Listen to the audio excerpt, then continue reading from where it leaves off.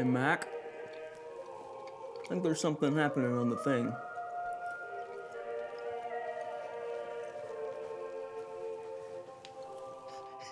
Is that guy trying to dig up a grave in broad daylight? Stay here. I'll take care of it.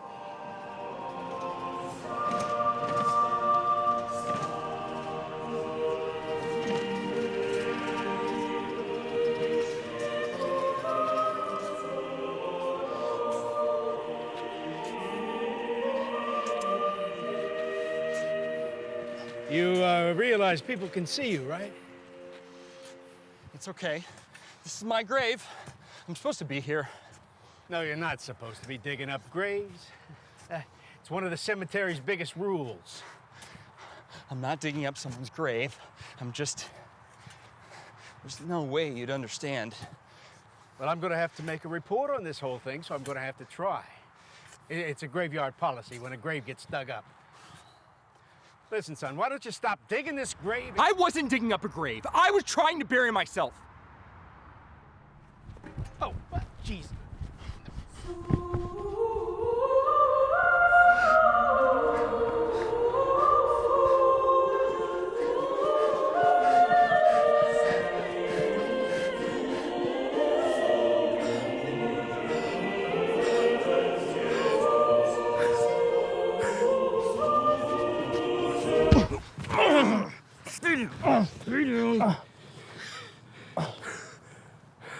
I got him. What's your name, son? Vincent Booker.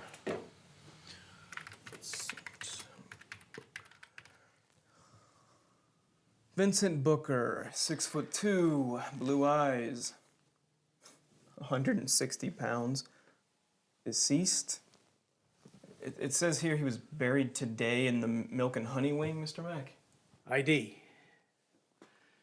So, what, you come back to life so you can take care of some unfinished business? Then pop back to the grave, bury yourself again? Checks out. What checks out? Says deceased on his file, so everything checks out. So you're actually dead. Not exactly. I mean, legally I am. On paper, I'm dead, but here I am.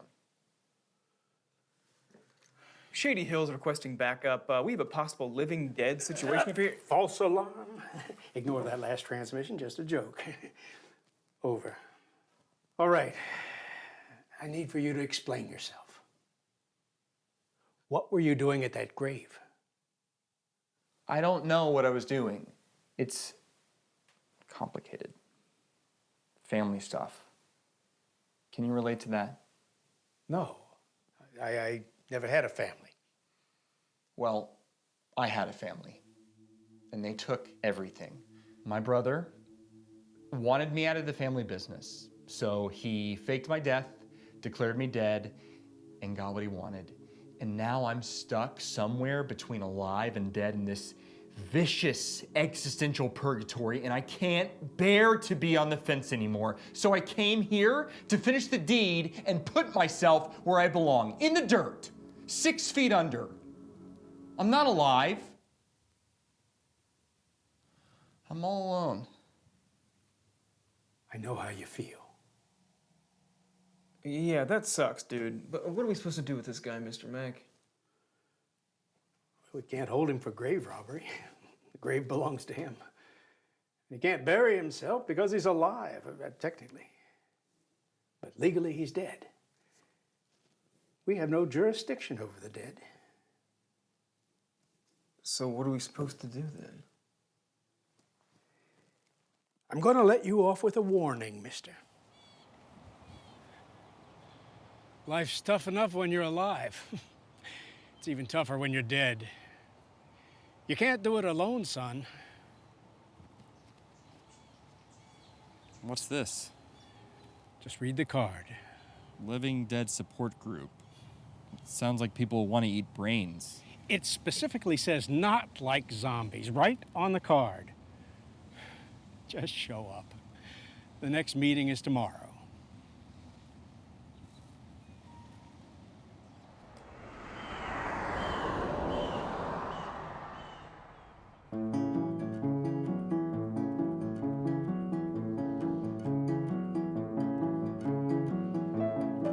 Vince! I wasn't sure you'd show. Come on, we're about to get started. I don't know why I called you Vince. Can I call you Vince? Vinny? I told him you'd show. I told you he'd show. I wasn't sure you'd show. I figured we'd be hidden in the basement or something. Oh, no, they gave us the nice place. The former priest, he's living dead too. Well, until he actually died. Liana's about to call things to order. Welcome. I'm alive, I'm not alone. You are alive, you are not alone. We are alive, we're not alone. I call to order meeting number 4,982 of the Living Dead Support Group, Greater Memphis chapter of the International Society of Continued Life for the Legally Dead. Welcome, Vincent. You are alive, you're not alone. Thanks. I know it's a little weird at first. Vincent, everyone here is legally dead, just like you. Dead on paper, but very much alive. You know, the struggles of the living dead are many, and we believe no one should face them alone. That sounds nice. But this whole thing is so weird. It's a lot to process, I know. Just take a breath. Why can't you just tell someone you're alive and set things straight? That's not the way this world works. Living people need there to be people like us who they can call dead. They need to believe that we are dead so that they can feel more alive. But we're not dead, are we? We are alive, we are not alone. We are alive, we're not alone. That's a cute chant and all, but I was born alone. I died alone. Why would that change now? You want to be alone? So what are you doing here? We all need a little help, Vincent. Let us introduce ourselves. After that, you want to walk away, that's your prerogative. Let's start with a familiar face. Mac?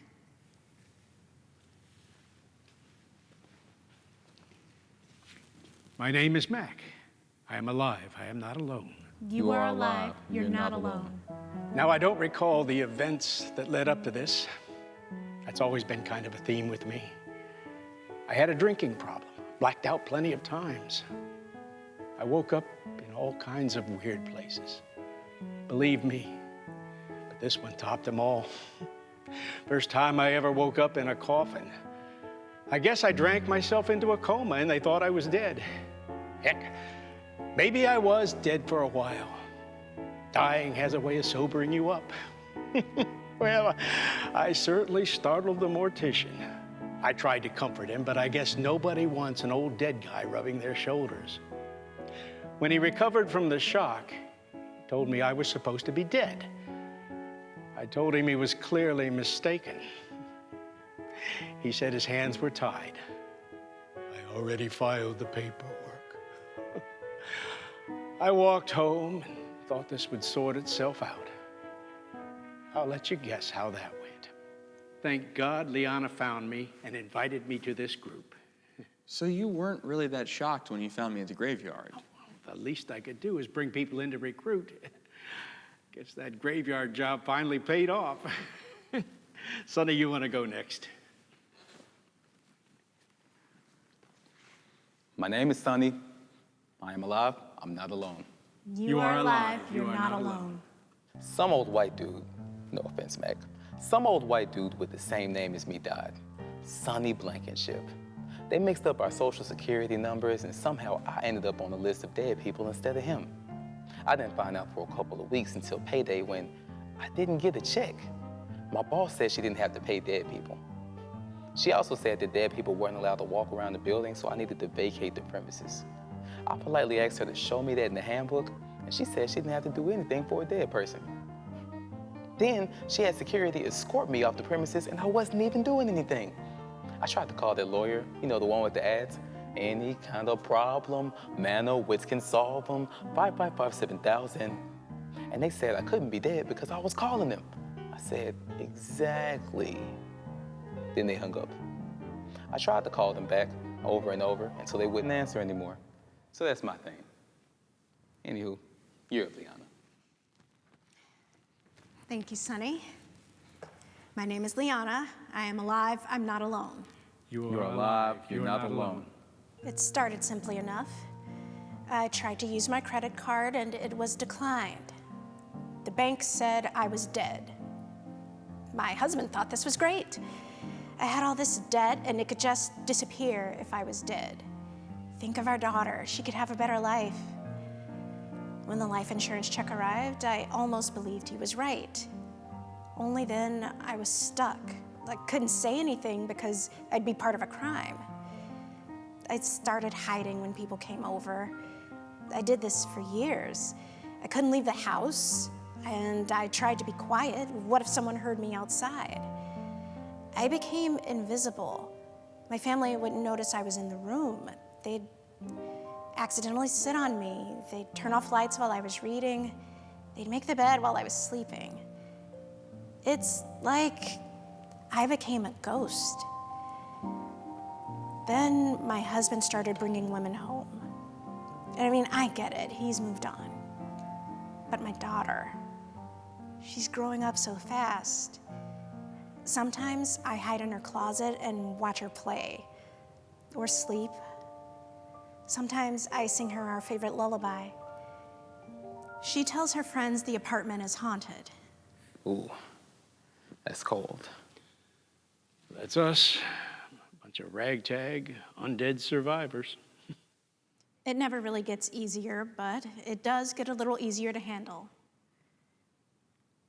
Vincent? I didn't know there was anyone else. Yeah, that's what we all thought. It's trippy, but you're us and we're you. We are your family. If you want to be. So, are you alone? Or are you alive?